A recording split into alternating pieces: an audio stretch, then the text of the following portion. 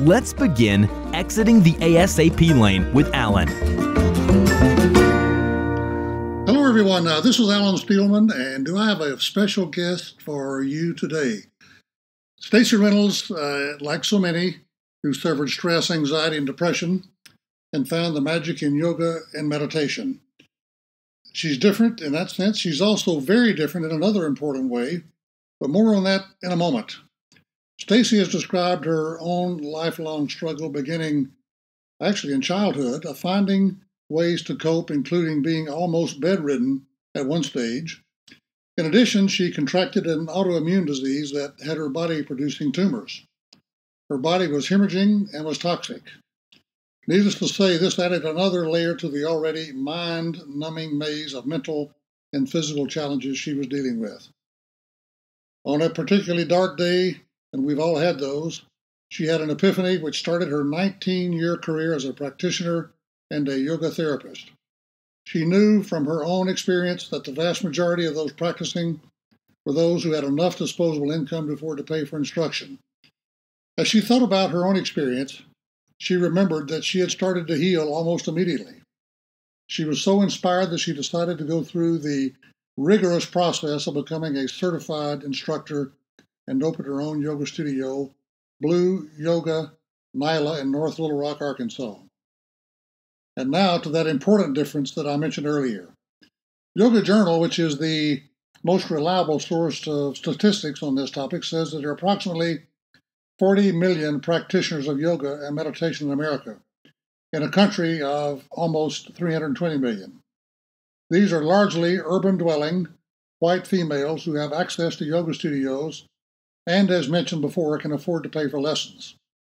Stacey's mission is to bring yoga to those who need it, regardless of their ability to pay or their experience level. She describes herself and her staff as, quote, not the trendy teachers, end of quote. I know that you're going to be inspired by Stacey, her life journey, and her mantra of whatever to the least of them. Welcome, Stacey, and many thanks for taking the time from a very busy schedule to join us at exiting the A.S.A.P lane, a lane you know a lot about. Welcome. Thank you, Alan. I really appreciate it. Glad to be here. Well, thank you. One thing I'd like for you to kind of lead off with is you've talked about your mission being to provide healing to the walking wounded, which is different from most yoga studios, I would say. Could you please elaborate a bit on what inspired you to this and kind of how it's played out in your life as a teacher? Well, as you mentioned before, my own journey into yoga was one from a place of healing. And I knew how profound the effects had been for me and what yoga had done for me almost immediately. And it wasn't long after I had began my yoga practice that I knew that this was something that I needed to do. And of course, that was back before there were schools and Yoga Alliance was just being formed, because that was 20 years ago now. And so I started as an apprentice and began working with people. And it just so happened that at that time, one of the populations that I started working with were senior adults. I was really fortunate. And because my grandparents had had a big impression on raising me and had a large hand in getting me raised, I was real fond of that population and that demographic. And so I started with a group that wasn't the trendy, popular, mainstream yoga population almost from the get-go. You know, Dylan Thomas wrote a famous poem called Go Not Gently Into That Good Night. And he was talking, it was actually written to his father, who had basically given up on life and was just waiting around to die. And I've actually got a chapter in the book that I wrote entitled Go Not Gently Into That Good Night, addressing seniors who, in many cases, talk themselves into being old just by the way they talk to themselves and talk to others about themselves. I can't do that anymore. I can't do what I used to do. Oh, my God, look at me in the mirror. My hair's turning gray and so forth. So it's very interesting that you started out with a population, most of whom probably thought, nobody like me does this. Absolutely. I'll never forget the first client that walked up to me to sign up at this event that I was at, where people were signing up for the yoga class. The lady was 94. Wow. And I can remember to this day how it felt. I thought to myself, what in the world am I going to do? But I had such a heart and passion for it and such a love of seniors. And she was so cute and so determined. And she practiced with me until about 6 weeks before she passed. But right now, my most senior adult is 104. My goodness. Yes. That must be some kind of record. It's a fountain of youth, Alan. Yeah, it is.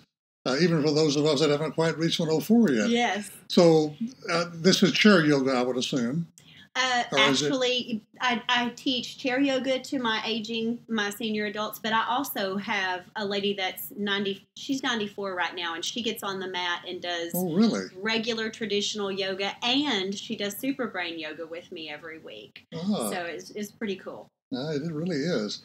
Talk a little bit about what you refer to as our soul's contract.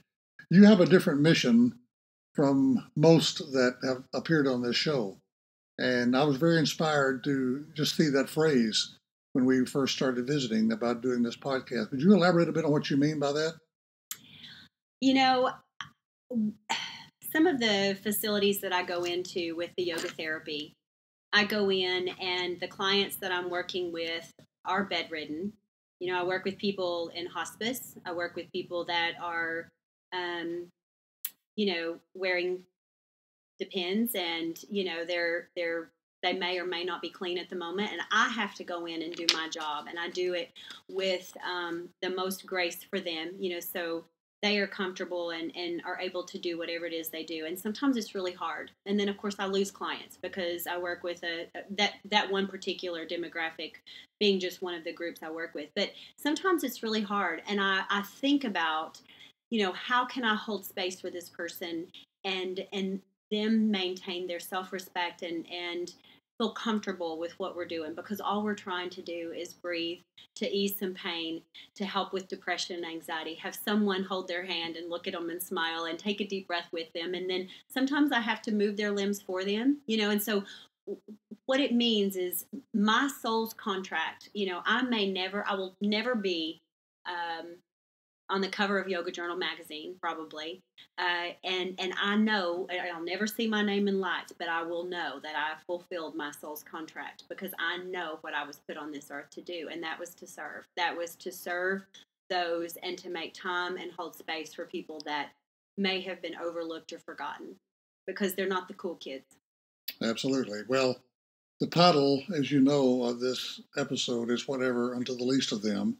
So I think you are certainly a living example of someone who sees a mission to be a lot more than helping people touch their toes or get more limber or lose weight or do a lot of the things that do provide the drive for many who start doing yoga. So that is really an inspiring part of your story. A lot of, as we discussed earlier, a lot come thinking, well, I can't do all those poses that I see those young women doing. And as you and I both know, having been through instruction, yoga instructor certification, you're told to always start with, it's all about the breath. Go to your limit, never past it. Don't worry about the person on the mat next to you. Don't worry about the pose. It's not about the pose. Mm-hmm. Could you elaborate a bit on that? Because I know that as you described your clientele, there are a lot of people in there that are probably intimidated from the poses they've seen and know they're coming here and can't do that, but they come anyway. Mm-hmm. So talk a little bit about how you introduce a new person who may be intimidated by not being able to do the physical pose. How do you talk to them and get them past their reluctance or the intimidation they feel?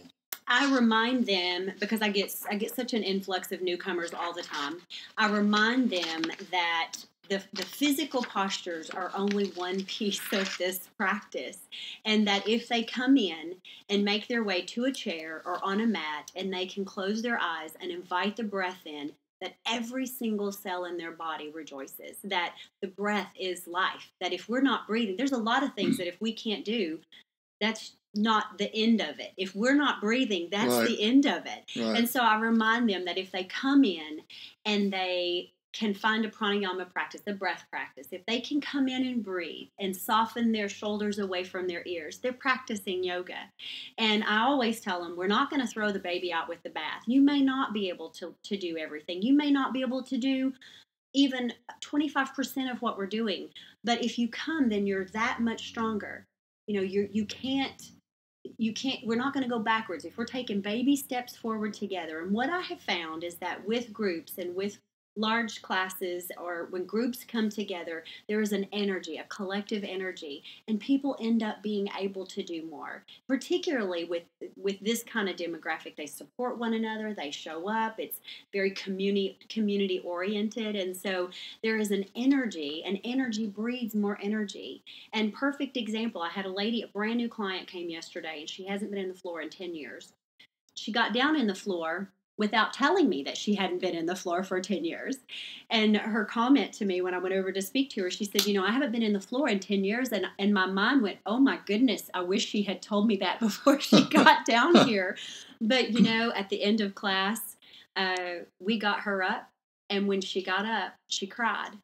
And she was so relieved to know that, in fact, she could. And sometimes what we need, as much as anything, we don't know what we can do. We just need a little bit of encouragement and somebody to hold space for us while we breathe and figure it out. And that's exactly what we did. And lesson number one, for those who may not have tried this before, if you can breathe, you can do this. Absolutely. And you make a good point about breathing. It's our first act in life, it's our last act in life, and we give it very little thought in between.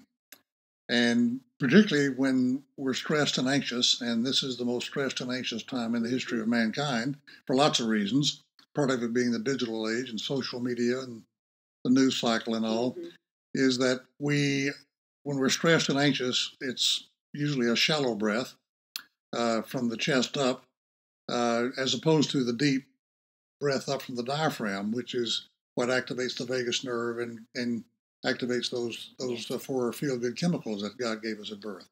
And so, Patanjali, who was the first one to write about this 2,500 years ago, said the purpose of yoga is to calm the agitations of the mind. And I know in the West, for many of you who may be listening, you probably have these stereotypes that, well, it's all about doing those poses. It's not. It's about calming that monkey mind we're all born with. Mm-hmm. And that monkey never takes a vacation, never takes a day off, never goes to sleep, is there all the time. But you can sedate that monkey through a practice of yoga and meditation. Yes. Am I right? 100%. 100%. All right. You've got such an inspiring personal story, Stacey. Talk about what you said was a lifelong struggle with anxiety and depression. And particularly, was this caused by some childhood trauma, or is it genetic? Or tell us a little bit about that. I like to say, when I read that question, I can answer honestly a little bit of both. I like to say it's the way I was wonderfully and uniquely made. I was always wired as an anxious child. I was that's just the way my being was turned. And I can remember just dealing with a lot of anxiety as a child. In fact, by the time I was in the 4th grade, my hair was falling out and bald spots all over my head from anxiety. And I was medicated in the 4th grade for anxiety, and have had battles with depression throughout my life. And if I'm being honest, I have a family member that I've patterned a lot of my health history after, and she had depression too. But she was such a graceful woman, very few people knew. But and for many, many years, I woke up every day and prayed to be relieved of my depression and anxiety, and really had an epiphany, another epiphany at one point where I felt like my higher power said, why would you want to be relieved of that which keeps you tethered to me? And so I figured out that if I used my depression and anxiety as a platform, another way to help people, if I, instead of shunning it, embraced it, because we all have something, most of us, we have something. And I thought, if that's what I've got, and I can figure out a way to hold space for people, create an environment where people that are struggling with depression and anxiety can come in, and it's not taboo. It's not something that is off limits to talk about, but we know that it's real. It lands in the body. Depression hurts. We've seen the commercial on TV. We know you can feel it as a physical manifestation in the body. Grief is some of the worst pain I've ever felt in my life, physical pain in my body. So we know these things manifest, and the yoga was just, without overstating it, it was just a cure-all for me. It worked for me. And so I thought, my gosh, if it'll work for me, then it'll work for someone else. And so I'm going to use this. I'm going to be open and honest about my own struggles with it, and see if I can't help someone else. So a significant part of it was genetic, if I understood you. Is that correct? There is a genetic piece to it, but I had childhood trauma, just like a lot of people do. Well, I personally share the genetic side of that, because there was a genetic bipolar or manic depression gene on the male side of my father's family. My father and 3 of his 5 brothers had it. My younger brother committed suicide after years of it, struggling with manic depression. By pure luck of the genetic lottery, I didn't get the gene, and it was by pure luck. So I do empathize and understand that side of it. So, well, that. Thank you for sharing that. Talk about the client base that you serve that can't afford to pay for this, and that, in this global epidemic of stress and anxiety, there are so many who need it. Back to the 40 million who practice it in a country of 320 million. These are mostly, as I said earlier, urban-dwelling white females with enough disposable income. That is 12% of the population of the country of 320 million. And so when you look at those who think, well, no one like me does this, it's men who either think it's not macho enough, or they think I can't do it like I see those women doing in those pictures, I'll be embarrassed. It's seniors who think they're too old, as we discussed earlier. It's kids and teens and college students who are too busy on their digital devices to think they have time for this. It's African Americans and it's Latinos. So a significant part of those demographics would also say, I can't afford this. It costs money. So, Sure. So talk about your clientele who may be otherwise physically healthy, but just can't afford it.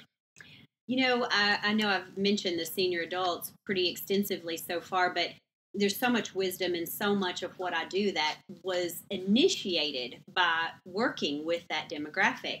And so many of my seniors were on fixed incomes, and they would have never been able to afford yoga, if they had to pay for single drop-ins or even a group of class passes. And so all the way back, as far as long as I've been teaching, which is 19 years now, I've been practicing 25 years. It's been a long time coming that I've always offered yoga as pay what you can, and because I still have a business to run. And exactly. So and also it puts a value for them if they can, and most people don't want charity. They want to do what they can. And so it's been several years ago, maybe, 4 years ago, we started 5 days a week, Monday through Friday. Any class before noon is pay what you can. So we offer as many pay what you can classes as we offer paid classes.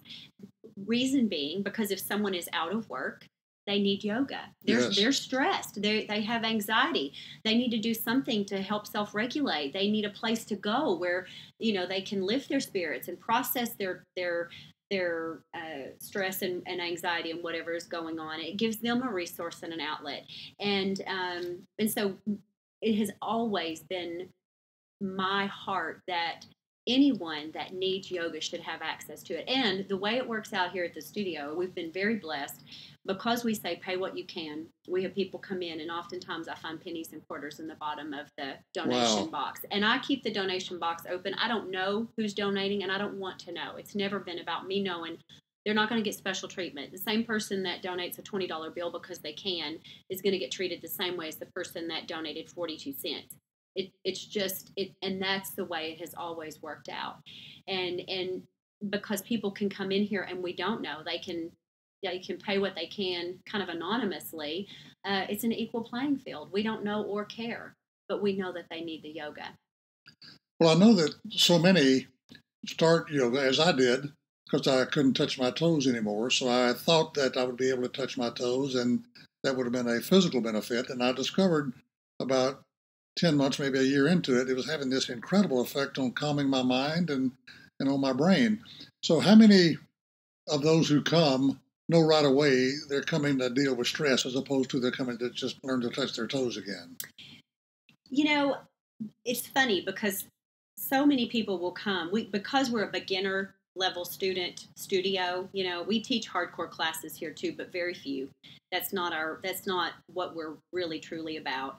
But we try to offer something for everyone. But when people come in, I find that the very first thing that they come back and tell me is that they slept.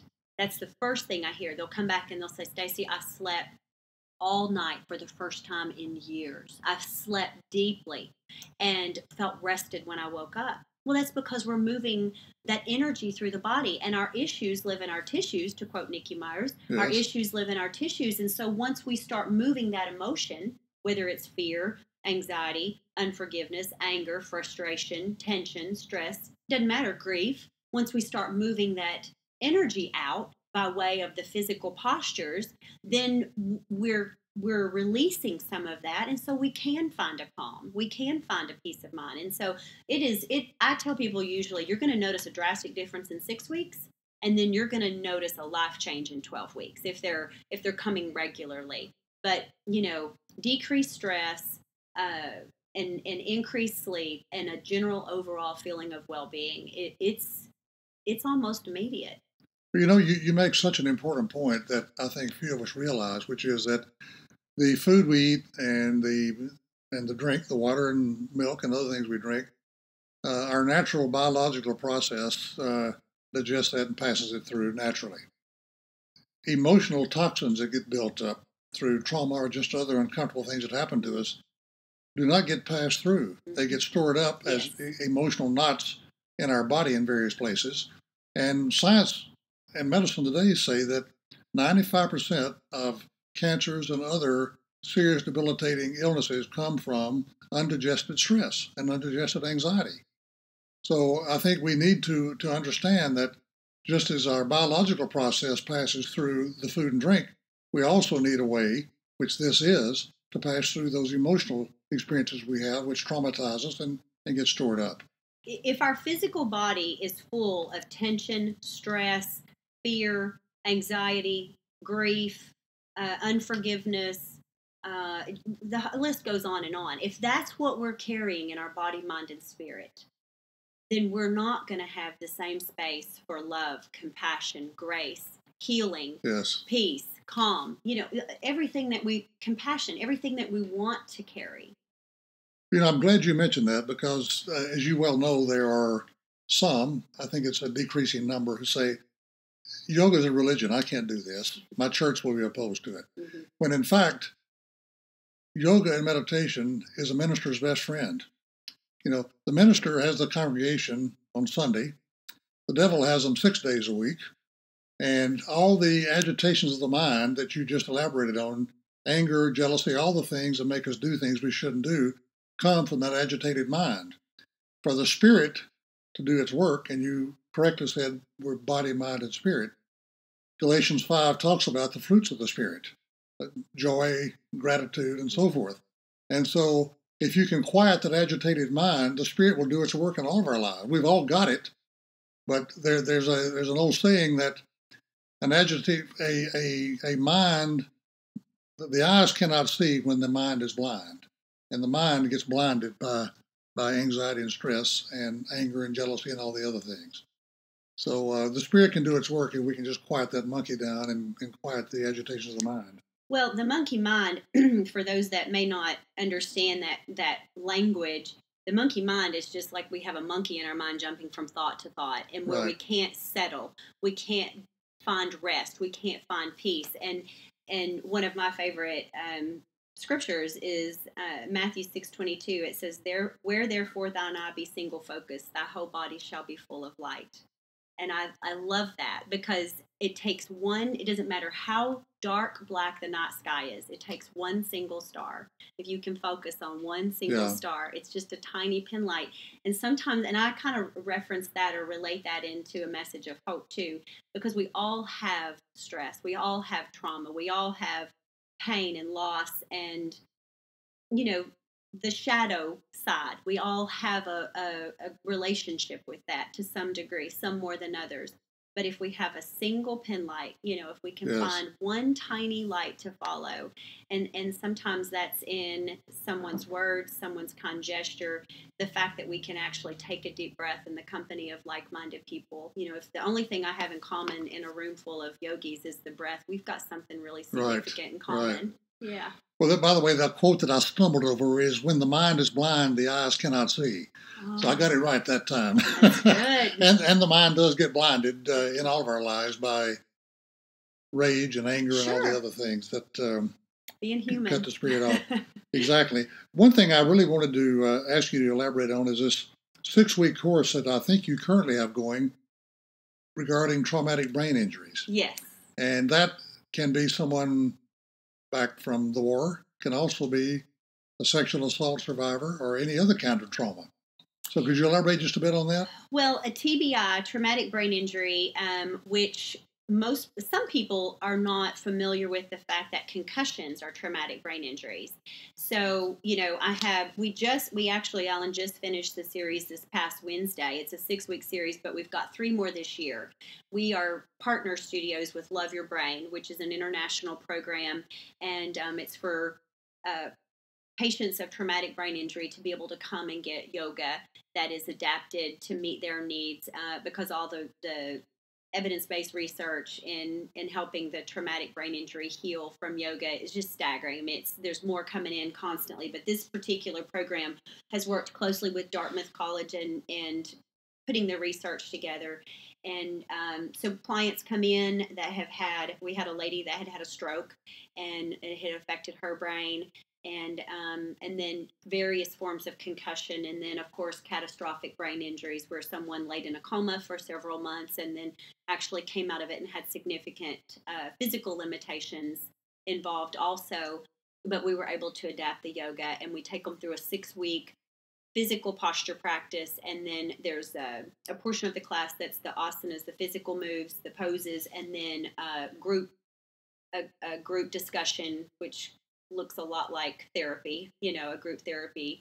And that may be that the person just practices active listening, but they're still involved, and it's a support system. A lot of good things came out of it. So trauma can come from a physical source of some kind, such as an accident. It can also come from something emotional, like verbal abuse or anything like that, from a parent or a loved one. Well, this particular series is for traumatic brain injuries. That particular... So that was only physical then?